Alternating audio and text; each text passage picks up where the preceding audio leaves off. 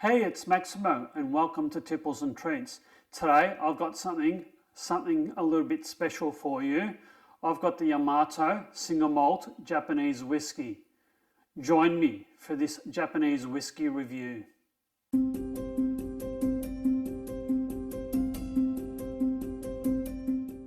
For this review, I've got a Japanese single malt whisky to sample.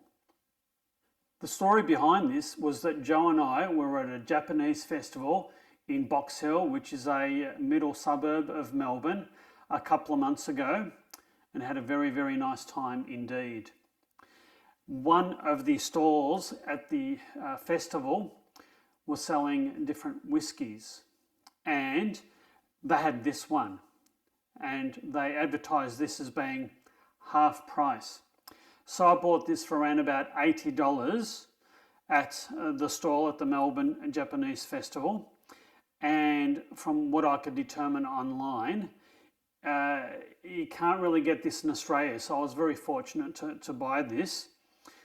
From my research online, it's available for around about 104 to 114 US dollars. And that puts this at around 160 to 175 Australian dollars. So it's a special import by the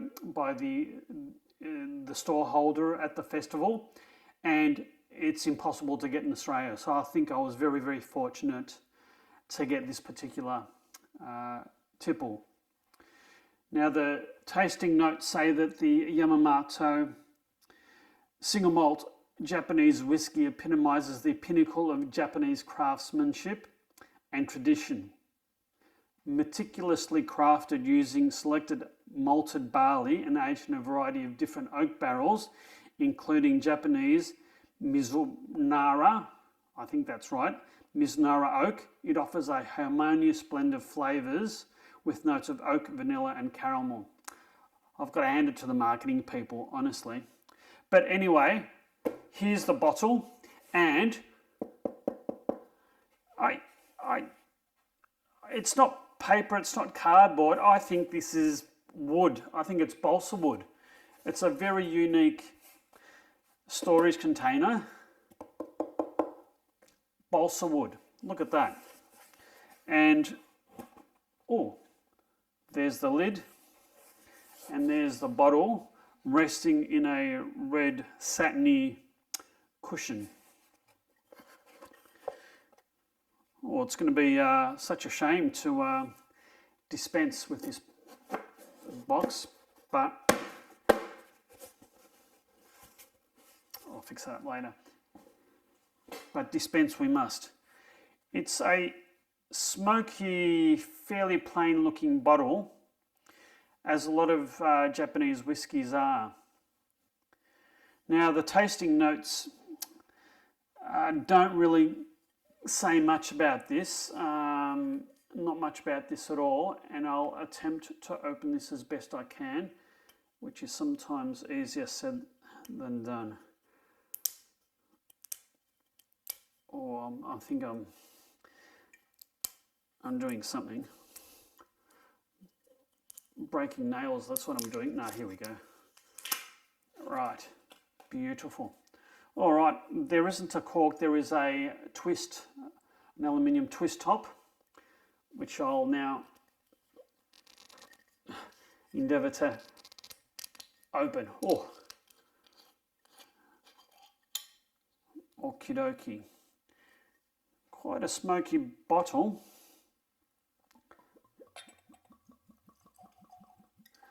That is a very satisfying glug of the bottle.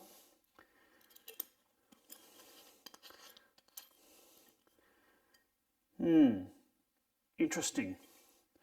Hopefully this was a good buy and a bargain. There's only one way to find that out. Now in terms of the colour, it's quite a delicate colour. It's sort of a very light, tan or light honey colour. A few legs on it. This is a 750ml bottle, and the alcohol by volume on this is 43%. So it's not exceptionally high, but it's a bit higher than some of the Scotch whiskies I've been having of late. Almost, no, couldn't be.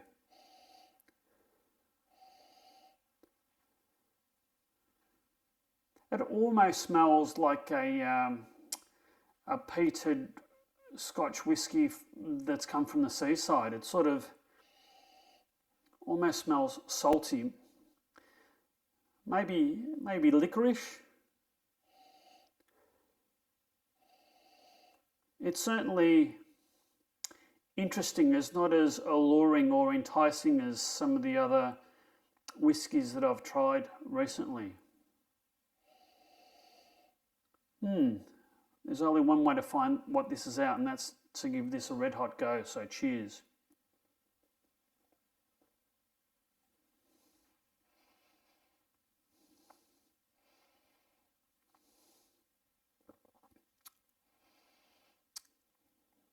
My word, there's a lot going on with this. My word. Rich in flavour, rich in viscosity on the tongue. Quite smooth initially. The mid palate, it changes. I'm not sure what it changes to. I'll have another taste of this.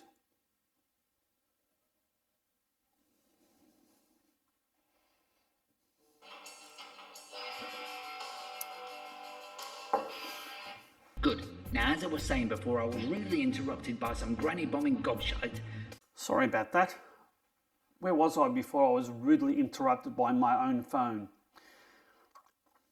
Ah, yes. The mid palate is it's quite complex. It's sweet and bitter at the same time. It sort of tastes a bit of vanilla, maybe burnt sugar, nougat, nuts. It's a very unique combination of flavors. Quite complex. Quite complex indeed. It's nice in that respect, and it sort of has a salty, like a salted caramel type lingering finish of a bit of spice.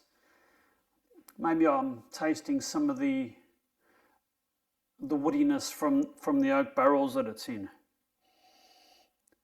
It's certainly quite different to a lot of the whiskies I've had of late. That's both Scotch whiskies and American whiskies.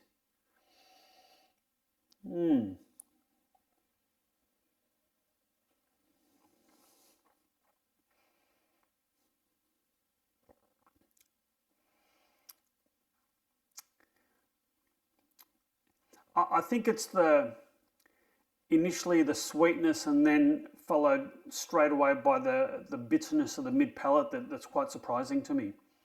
And quite a nice, mild, long lingering finish.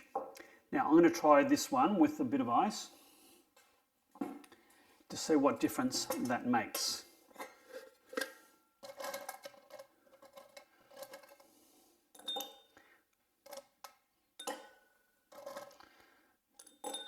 Oops. There we go. So there I have my requisite number of ice cubes.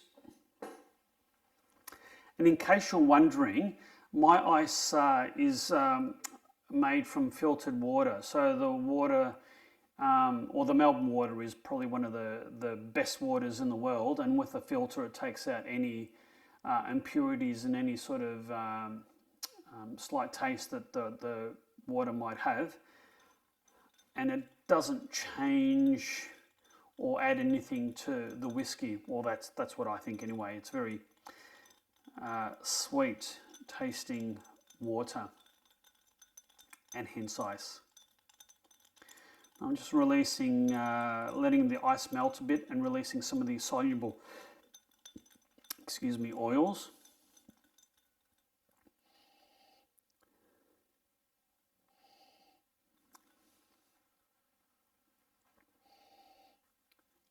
I'm still, it hasn't really changed the nose. I'm still getting that sort of saltiness from the nose.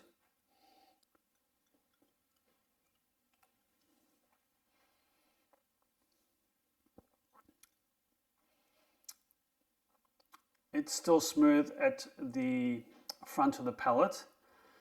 The ice has just, I think, brought some of the sweetness to the fore a little bit. It's a bit more noticeable in the mid palate, and it's toned down that hint of spice or perhaps ruggedness or bitterness that was there in towards the end of the mid palate, and it's smoothened the finish out into a really soft, nice warming finish. So I'd have to say this is quite a complex and layered whiskey. There's a lot going on with this. I'm glad I bought it. I think it's well and truly worth the $80 Australian that I paid for it. And would I pay 160 to 175 Australian dollars for it? I'm not sure that I would. I'd certainly, for $80, I wouldn't hesitate. But for around $80 to $100, I think there's a lot of different whiskies that are as good, if not better, than this at that sort of price point. Some of the Scotch whiskies, the 12 and 15-year-olds on sale would probably outshine this a little bit, but this has been enjoyable. It's a lot more complex, layered, and has a lot more depth than I thought it would. I'd like to know how many years this has been aged for, because it's either the oak barrels that it's aged in or the age itself that makes this quite a deep, complex and enjoyable Japanese whiskey. And I've certainly enjoyed it. And on that very enjoyable note, cheers, and until next time, bye now.